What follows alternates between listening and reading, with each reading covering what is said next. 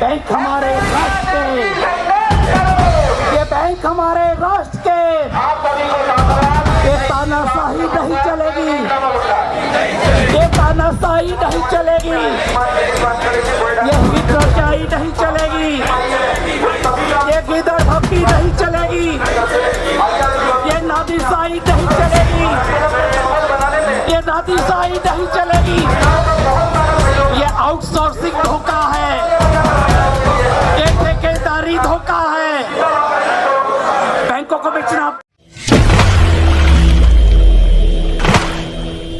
हालांकि आज परमिशन लेना बहुत मुश्किल था, क्योंकि ये बहुत बड़ा आप देख रहे हैं कार्यक्रम चल रहा है, लेकिन बावजूद इसके हमने कोशिश की और ये परमिशन हमने ली।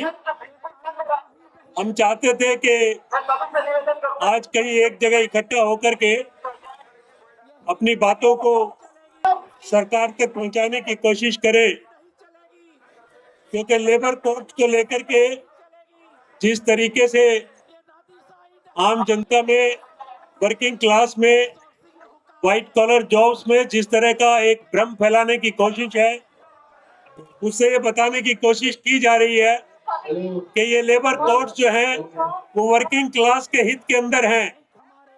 जब भी इस सरकार ने देश में कोई नया कानून लेकर के आई, हमेशा ये कहा गया ये नया कानून जनता के हित में है। बात पुरानी नहीं है, किसानों के लिए 3 काले कानून सरकार लेकर के आई, कहा गया ये कानून किसानों के हक के अंदर है। न्यू पेंशन स्कीम सरकार लेकर के आई, कहा गया नई पेंशन स्कीम जो है वो कर्मचारियों के हित के अंदर है। आज ये नए लेबर कोड्स, जिसके तहत 4 कोड्स मुख्य कोड्स में हैं, wage code, social security code, industrial relation code और ऑक्यूपेशनल हैजार्ड, ये 4 कोड्स जो हैं ये सरकार लेकर के आई। किसी वर्किंग क्लास के संगठन ने ये श्रम कानूनों में परिवर्तन की मांग नहीं रखी।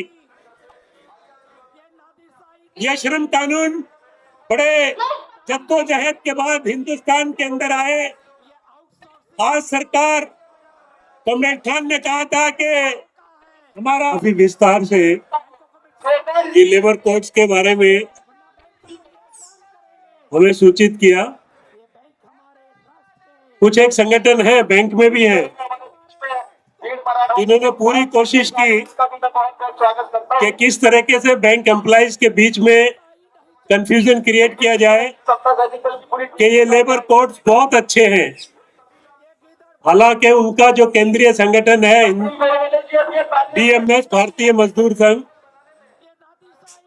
जिस राजनीतिक पार्टी की आज देश में सरकार है, वो उसका केंद्रीय संगठन है और उन्होंने पूरी कोशिश की कि भ्रम फैलाया जाए कि श्रम कानून बहुत अच्छे हैं। वो मुझे किसी की बात याद आ गई, जरा सा चारा देख के बस्ती की बकरियां गजलें सुनाने लगी जालिम की शान में कि कसाई बहुत अच्छा है, तो उसको चारा मिल गया थोड़ा सा, तो कसाई की शान में ही जो है वो गजलें सुनाने लग गए। तो पूरी कोशिश करी ये बताने की, लेकिन हम जागरूक जमात हैं इस देश की, वर्किंग क्लास की, और ये जानते हैं हम किस तरीके से ये लेबर कोड्स के जरिए किस तरीके से आज वर्किंग क्लास का अधिकार खत्म करने की कोशिश की जा रही। 1886 शिकागो में इस बात की लड़ाई हुई कि काम के घंटे 8 होने चाहिए। कॉमरेड अमरजीत कौर ने बताया 8 घंटे काम के, 8 घंटे परिवार के, 8 घंटे आराम के। और 1886 में ये मांग हासिल की जिसको आप मेडे के नाम से मनाते हैं। आज 1 सेंचुरी से भी अधिक के बाद सरकार जो है उन 8 काम के घंटों को बढ़ा करके 12 घंटे कर रही है लेबर कोड को। तो क्या ये हमारे हित के अंदर है? हमने मिनिमम वेज की मांग की कि मिनिमम वेज जो है वो 26,000 प्रति माह होनी चाहिए। सरकार इन वेज कोड के बिल के अंदर लेकर के आई कि 178 रुपए डेली जो है वो मिलेंगे फ्लोर वेज के रूप में, यानी 5,400 रुपए माह जो है वो सरकार तय कर रही। 100 मजदूर जहाँ काम करते हैं वहाँ जो भी मालिक है उसको ले ऑफ करने का या उसको जो है वो रिटेंच करने का या उसको जो है वो दूसरे निर्णय लेने का, लॉकआउट करने का निर्णय लेने का अधिकार था, जिसको बदल करके अब 300 कर दिया गया। यानी 70-80% जो कामगार इन फैक्ट्रियों में काम करते हैं वो उस दायरे से बाहर हो जाएंगे। आज ये कहा जा रहा है, क्योंकि जैसा मैंने शुरुआत की कि सरकार जब भी कभी इस तरह के काले कानून लेकर के आई, उन्होंने हमेशा ये कहा ये काला कानून इस देश के हित के अंदर है। किसानों का जैसा मैंने जिक्र किया कि 3 काले कानून सरकार लेकर के आई, किसानों ने मांग नहीं की। 1 वर्ष तक किसान जो है दिल्ली के बॉर्डर पर उन काले कानूनों के विरोध में धरना प्रदर्शन करके उन्होंने हिंदुस्तान की सरकार को मजबूर किया वो कानून वापस लेने के लिए। क्योंकि आज ये भ्रम फैलाया जाता है कि एक पर्टिकुलर राजनीतिक पार्टी की सरकार है, शायद हम मोदी के अगेंस्ट हैं, इसलिए शायद हम जो है ये संघर्ष कर रहे हैं। लेकिन बैंक कर्मियों को ये नहीं भूलना चाहिए कि 1952 के अंदर, 1952 के अंदर शास्त्री अवार्ड का गठन हुआ, देसाई अवार्ड, शास्त्री अवार्ड का गठन हुआ। शास्त्री अवार्ड के अंदर जो सेवा शर्तें तय की गई, जो वेजेस तय की गई, उस समय देश के लेबर मिनिस्टर जो हमारे बाद के जो है वो देश के राष्ट्रपति रहे वीवी गिरी जी थे, और उस शास्त्रीय अवार्ड के जरिए जो है हमारी तनख्वाहें कम कर दी गई। 1952 में देश के प्रधानमंत्री पंडित जवाहरलाल नेहरू थे, उस समय भी हमने जो है पार्लियामेंट स्ट्रीट पर आकर के उस शास्त्रीय अवार्ड का विरोध किया, और हमारे समर्थन के अंदर उस समय के लेबर मिनिस्टर वीवी गिरी ने रिजाइन किया और एक लेबर अपीलेट ट्रिब्यूनल का जो है भारत सरकार को गठन करना पड़ा, जिसके तहत 1954 के अंदर दोबारा से जो है वेजेस को रिवाइज किया गया और शास्त्रीय अवार्ड में जो वेजेस कम किए गए थे उनको बढ़ाया गया। ये बैंक एम्प्लॉइज का इतिहास है। ये हम सिर्फ एक पॉलिटिकल पार्टी की सरकार है या एक पर्टिकुलर व्यक्ति जो है इस देश का प्रधानमंत्री है उसको लेकर के हमारी लड़ाई नहीं। जब भी कभी इस देश के अंदर किसी की भी सरकार हो, उन्होंने जब भी वर्किंग क्लास के, बैंक एम्प्लॉइज के या बैंकिंग उद्योग के अहित के अंदर निर्णय लिए, उस समय हमने उन निर्णयों का विरोध किया। 1991 में इस देश के अंदर नई आर्थिक नीतियां जो है उस समय की सरकार, नरसिम्हा राव की सरकार, जिस समय जो है वो हमारे मनमोहन सिंह वित्त मंत्री थे, वो लेकर के आई। उस समय से लेकर के आज तक हमने जो है सरकार की नीतियों के विरोध में 25 हड़तालें जो है वो की। उस समय मोदी प्रधानमंत्री नहीं थे, लेकिन आज ये कहा जाता है कि क्योंकि मोदी जी हैं इसलिए कोई लड़ेगा नहीं, कुछ होगा नहीं। तो क्या कुछ होगा नहीं? हम लड़ना छोड़ देंगे? क्या हम लड़ेंगे नहीं? क्योंकि मोदी जी प्रधानमंत्री जी हैं और कुछ होगा नहीं। 5 दिन के हमारे काम का जो है वो कार्य दिवस होने चाहिए। क्या हमने इसको लेकर के हड़ताल नहीं करी? क्या ये हुआ तो इसलिए हम जो है वो चुप बैठ गए? नहीं साथियों, कई लोग इस तरह का जो है भ्रम फैलाने की कोशिश करते हैं। उनको लगता है इस आंधी में परना तोला जाएगा। वो खुश है इस बात पे कि हमसे लबना खोला जाएगा, लेकिन उनको कह दो जाकर के तूफानों से डरने वाले हम नहीं, मरते दम तक जालिम को जालिम ही बोला जाएगा। ये वो वर्किंग क्लास है, ये बैंक एम्प्लॉइज, इनका एक लंबा इतिहास है। All India bank employees association पहला जो है वो बैंक एम्प्लॉइज का ट्रेड यूनियन संगठन है। हमने हिंदुस्तान में कोई भी सरकार रही हो, उनके विरोध के अंदर जो है हमेशा जो है वो लड़ाई लड़ी। मोरारजी भाई देसाई इस देश के 1966 के अंदर वित्त मंत्री थे। वो देश की पार्लियामेंट के अंदर एक जो है सोशल एक्ट के नाम से बिल लेकर के आए, क्योंकि उस समय हमारी all India bank employees association के बैनर के तहत ये मांग थी कि बैंकों का जो है वो राष्ट्रीयकरण होना चाहिए। इन बैंकों के अंदर जो आम आदमी का पैसा जमा है, वो आम आदमी के हित के अंदर जो है उसका इस्तेमाल होना चाहिए, क्योंकि ये बैंक जिन धनाढ्य लोगों के थे वो आम जनता का पैसे का इस्तेमाल अपने बड़े बड़े उद्योगों के हित के अंदर करते थे। और इसीलिए उस समय हमारी ये मांग थी, लेकिन उस मांग को, राष्ट्रीयकरण की मांग को डिफ्यूज करने के लिए मोरारजी भाई देसाई जी जो वित्त मंत्री थे देश के, उस समय वो सोशल एक्ट जो है वो कानून लेकर के आए, जिसके तहत आप 100 मीटर के दायरे के अंदर जो है वो प्रदर्शन नहीं कर सकते। इस बात का उसके अंदर जो है वो प्रावधान था। उस समय भी हमने उसका विरोध किया। और उसी गुजरात के अंदर जहां से आज हमारे जो है प्रेजेंट प्रधानमंत्री जी आते हैं, उस समय के मोरारजी भाई देसाई भी जो है वो गुजरात से ही बिलोंग करते थे। और उसी गुजरात के अंदर जो है हमारे 2 बैंक कर्मी जो है प्रदर्शन के अंदर जो है पुलिस की गोलियों से घायल हुए, लेकिन विरोध हमारा जारी रहा और सरकार को मजबूर होकर के पार्लियामेंट के अंदर यह आश्वासन देना पड़ा कि हम ये जो कानून जो है इसको लागू नहीं करेंगे। इसलिए जो बैंक कर्मियों का एक लंबा इतिहास है वो किसी राजनीतिक पार्टी का मोहताज नहीं।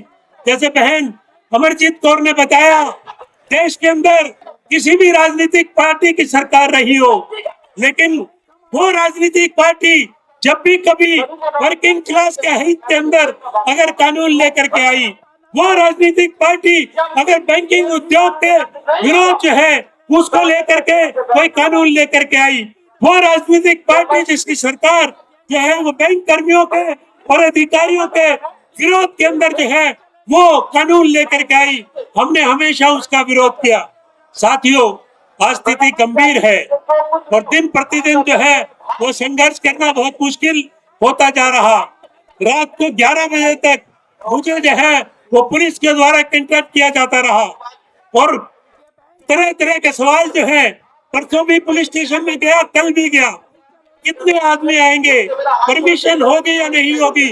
रात को 11 बजे पूछा जा रहा है क्या आपका प्रदर्शन जो है वो पंजाब नेशनल बैंक हेडक्वार्टर पर भी है, क्योंकि वहां के चीफ सिक्योरिटी ऑफिसर ने पुलिस को लिख करके दिया कि हमारे यहाँ जो है आज प्रदर्शन की आकांक्षा है। तो किस तरीके से जो आज लड़ना मुश्किल किया जा रहा। इस दौर के अंदर जो है जिस समय सरकार चाहती है कि बैंकों का मर्जर कर दिया जाए, आज जो बैंकों के मर्जर हुए उससे किसी को लाभ पहुंचा क्या? इस देश के अंदर कोई भी मर्जर सरकार ने जिसका निर्णय लिया उससे आम जनता को लाभ पहुंचा। आज दोबारा से सरकार जो है इन बैंकों के मर्जर के जरिए जो हमारे पब्लिक सेक्टर अंडरटेकिंग से बैंक है उनको और अधिक संख्या उनकी कम करना चाहती है। आज इस देश की बदकिस्मती है कि पहले जो है वो राष्ट्रीयकृत बैंकों को प्राइवेट पूंजी को सौंपने की जो है वो सरकार के द्वारा कोशिश की गई और उसी को लेकर के जो है 49% तक की पूंजी ये राष्ट्रीयकृत बैंकों को डिसइन्वेस्ट किया जा सकता है, इसका प्रावधान किया गया। उसके बाद आज आईडीबीआई बैंक जो है जो एक सरकारी बैंक है, आज उसको जो प्राइवेट पूंजी को बेचने की ही कोशिश नहीं, आज विदेशी पूंजी को जो है उसको बेचने की कोशिश हो रही।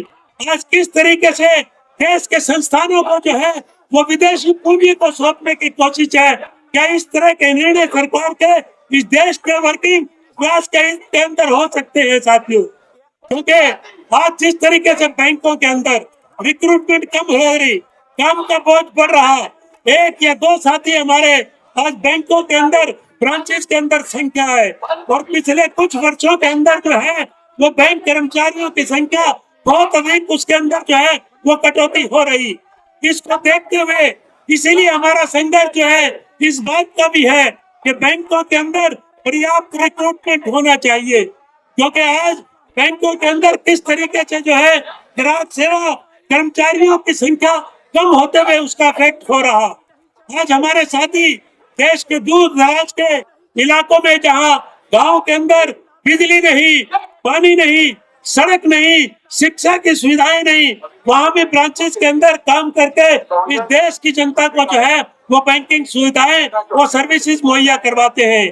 आज बैंक कर्मी जो सरकार कोई भी निर्णय लेती है, कोई भी नई स्कीम लेकर के आती है, चाहे जन धन योजना हो, चाहे अटल पेंशन योजना हो, चाहे डिमोनेटाइजेशन हो, चाहे जो है नरेगा के तहत जो है वो कैश पेमेंट हो, चाहे आज एक नया जो है वो एक नया सिलसिला चला है कि देश की सरकार जो है वो जब चुनाव आता है उस राज्य की सरकार के जरिए जो है पैसा बांटने की कोशिश है, वो पैसा बांटने का भी जरिया जो है वो बैंकों को बनाया जाता है।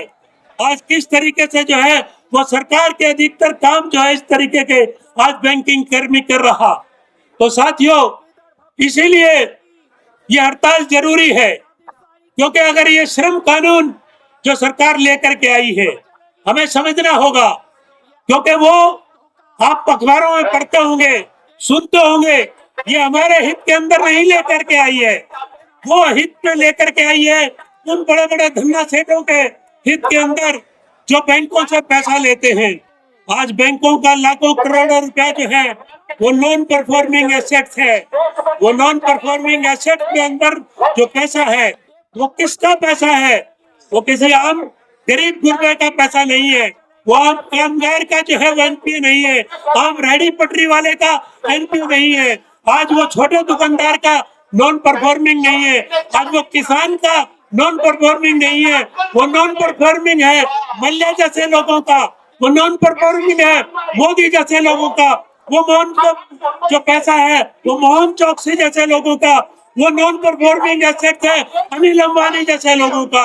आज किस तरीके से जो है कोने कोने दामों के अंदर जो है वो इनके साथ हेयर कट के नाम पर समझौता करते हुए आज 40-40 हजार करोड़ के जो लोन्स है, जो नॉन परफॉर्मिंग एसेट है, उनको 4 या 5 हजार के अंदर जो है वो समझौता करके जो है बाकी अमाउंट को आज राइट ऑफ किया जा रहा। आज आप सरकार को जो है इन बैंकों के जरिए लाखों करोड़ों रुपया कमा करके देते हैं लाभ के रूप में, लेकिन वो लाभ जो है वो कम हो जाता है। उसका कारण क्या है? मैं एक एग्जांपल आपको दे सकता हूँ। कैनरा बैंक ने अभी 8,500 करोड़ से अधिक का जो है वो ग्रॉस प्रॉफिट जो है वो कमाया, लेकिन नेट प्रॉफिट जो है वो 5,300 करोड़ का हुआ।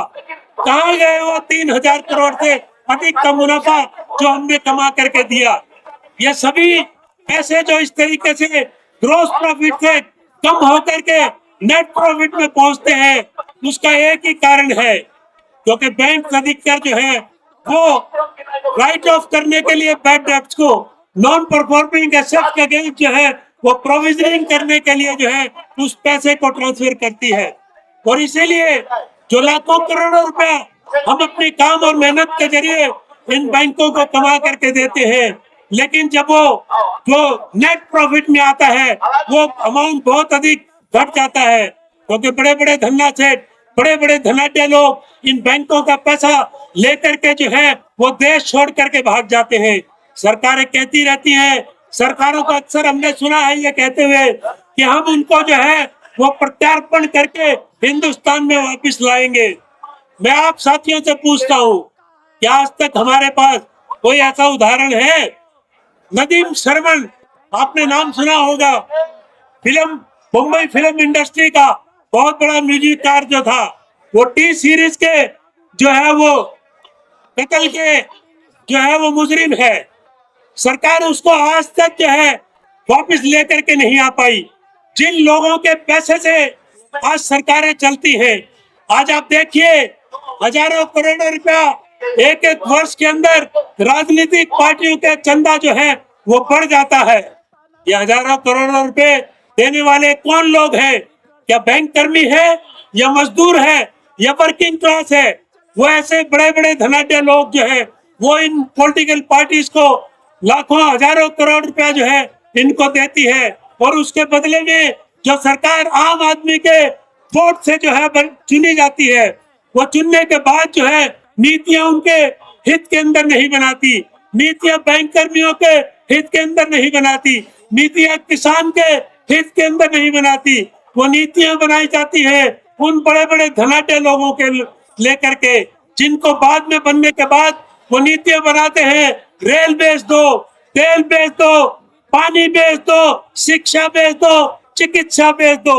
यानी जितने सरकारी संस्थान हैं, जितने सरकारी इदारे हैं, सबके सब जो है इन बड़े बड़े कॉर्पोरेट हाउसेस को, आपको जान करके ताज्जुब होगा साथियों, आज 1% मात्र जो है, जो धनाढ्य लोग इस देश के अंदर है, उनके हाथों के अंदर 40% इस देश की संपदा का हिस्सा है।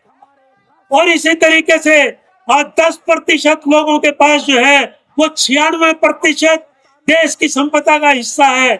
यानी 90% लोगों के पास जो है एक चंद मुट्ठी भर जो है वो उसकी संपदा देश की उसके हिस्से के अंदर आती है। वो इसी कारण से है क्योंकि सरकार ने जिस तरीके के इस देश के अंदर ही नीतियां वो लेकर के आई, उसी वजह से आज जो मेहनत कश है उसको अपना हक हासिल करने के लिए सड़कों पर उतरना पड़ता है। आप बताइए, हमने 12 द्विपक्षीय समझौते हासिल किए, क्या कोई भी द्विपक्षीय समझौता बगैर लड़ाई के हम हासिल कर पाए? हमें हमेशा अपने हकों को हासिल करने के लिए उसके लिए संघर्ष करना पड़ा, हड़तालें करनी पड़ी। लेकिन ये बड़े बड़े कॉर्पोरेट हाउसेस, बड़े बड़े उद्योगपति, जिनको सरकारों का जो है वो संरक्षण हासिल है, सरकारों की तरफ से जो है उनको मदद की जाती है, एक शेयर मार्केट के अंदर जो है बदलाव से एक दिन के अंदर जो है वो लाखों करोड़ों रुपए का लाभ जो है वो अर्जित करते हैं। लेकिन आज देश का अधिकतर जो है जो मेहनत का इंसान है उसको दो सुबह शाम की रोटी जो है अर्जित करने के लिए वो मेहनत करने के बावजूद जो है उसको दिक्कतों का सामना करना पड़ता है। और साथियों, इसीलिए ये समझना जरूरी है, क्योंकि हमें कई बार लगता है शायद जो है वो इससे कोई लाभ पहुंचेगा, या जो सरकारी दलाल जो है वो इस तरह का भ्रम फैलाने की कोशिश करते हैं, वर्किंग क्लास को कमजोर करने के लिए जो है ये भ्रम फैलाने की कोशिश करते हैं, ताकि वो अपने नापाक मंसूबों के अंदर जो है वो कामयाब हो जाए। और ये आपको नहीं भूलना चाहिए कि अगर कोई मछली पकड़ने वाला भी है तो वो कांटे में कुछ ऐसा लगाता है कि मछली फंस जाए। आप लुकमा पता है, जो नॉन वेज है उनको लुकमा पता होगा। मछली को ये गुमा था कि लुकमा हुआ नसीब, सयाद जानता था कांटा निगल गई। तो ये जो है इस तरह के कांटे सरकारों की तरफ से फेंके जाते हैं प्रलोभन देकर के छोटा मोटा, ताकि जो बड़े हित जो उनको अपने साधने हैं उसको आसानी से साध सके।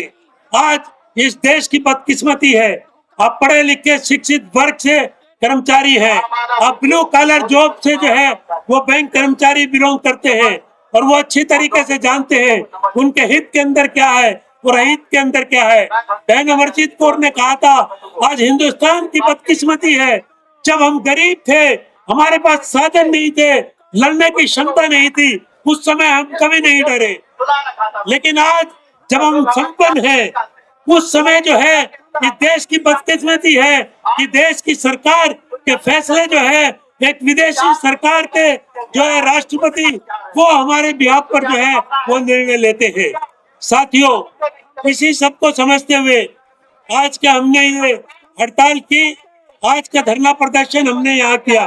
हालांकि हमें केंद्रीय संगठनों की तरफ से भी ये था आप हमारे साथ मिलिए, लेकिन हम चाहते थे बैंक एम्प्लॉइज का हम अलग से अपना एक प्रदर्शन रखे, और उसी के लिए आज का हमने तीसरा संगठन जो बैफी है, दुर्भाग्यवश आज उसकी तरफ से कोई यहाँ उपस्थित नहीं है।